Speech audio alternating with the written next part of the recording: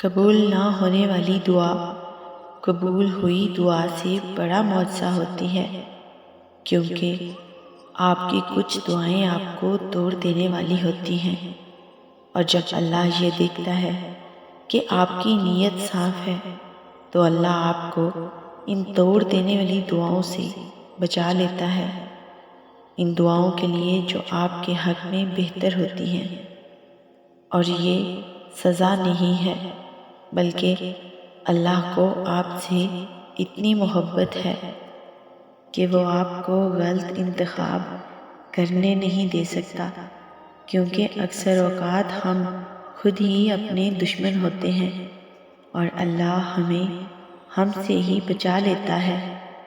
ہو سکتا ہے کسی چیز کو تم برا سمجھو اور وہ تمہارے لیے اچھی ہو، اور کسی کو اچھا سمجھو تو وہ تمہارے لیے بری ہو، اور اللہ کا قرآن کہتا ہے آپ نہیں جانتے لیکن اللہ جانتا ہے، اور جو دعائیں سچے دل سے مانگی جائیں وہ عرش تک جاتی ہیں، اور جن دعاؤں میں صبر شامل ہو وہ رب کی رحمت پا جاتی ہیں۔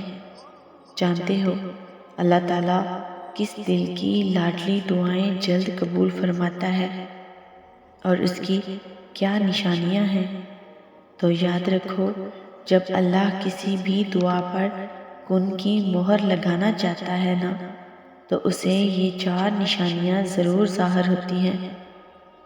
اللہ کا قرآن کچھ خاص جگہوں پر اس بات کی واضح دلیل دیتا ہے کہ وہ کن لوگوں کی دعاؤں کو شرف قبولیت بخشتا ہے اور کن لوگوں کے لیے معجزات کے در کھول دیتا ہے۔ تو یاد رکھنا، جب تم پوری طرح اللہ کی رضا میں داخل ہو جاتے ہو اور مکمل طور پر سر تسلیم خم کر دیتے ہو، تو وہ مہربان رب تمہارے لاڈ اٹھائے گا۔ اور یاد رکھو کہ تم ہرگز خوف پیدا نہ کرنا اور اپنے دل کو مطمئن رکھنا۔ جو رب کرتا ہے بہتر سے بہترین کرتا ہے۔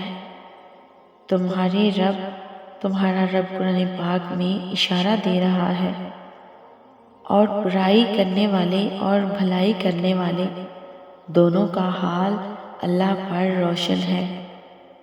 اللہ چاہتا تو اس معاملے میں تم پر سختی کرتا، مگر وہ صاحب اختیار ہونے کے ساتھ ساتھ صاحب حکمت بھی ہے، اور اللہ اپنے نور کی طرف جس کی چاہتا ہے رہنمائی فرماتا ہے۔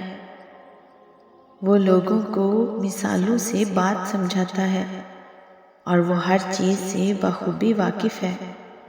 یاد رکھنا، جب بھی تمہیں لگے کہ تم دعا کرتے کرتے تھک گئے ہو اور تمہاری دعا کی قبولیت میں دیری ہو رہی ہے، تو تم جب بھی دعا کرو تو اللہ کو اس کے خوبصورت ناموں سے پکارا کرو۔ اگر ٹوٹا ہوا دل جوڑنا ہونا تو اللہ کو الجبار کہہ کر پکارو۔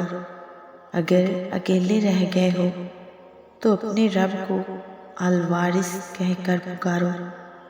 اگر ماضی کی رنجشوں سے دل گھبرانے لگے تو اللہ کو الغفار کہہ کر پکارو۔ ناممکن کو ممکن بنانا ہو تو اللہ کو القادر کہہ کر پکارو۔ تم جب بھی اللہ کو ایسے پیارے ناموں سے پکارو گے نا، تو وہ تمہاری ہر دلی مراد پوری فرمائے گا اور تم سے راضی ہو جائے گا۔ اللہ قرآن پاک میں فرماتا ہے، اور اللہ کے لیے خوبصورت نام ہے، تم انہی سے اس کو پکارا کرو۔ جانتے ہو، جو رب حضرت ابراہیم علیہ السلام کو بڑھاپے میں اولاد سے نواز سکتا ہے، حضرت موسیٰ علیہ السلام کے لیے سمندر کو 2 حصوں میں تقسیم کر سکتا ہے، بی بی مریم علیہ السلام کو بن موسم کے پھل دے سکتا ہے، تو وہ تمہاری من پسند چیز تمہیں عطا کیوں نہیں کر سکتا؟ اللہ قرآن پاک میں فرماتا ہے، کہ تم مجھ سے دعا کرو، میں تمہاری دعاؤں کو قبول کروں گا۔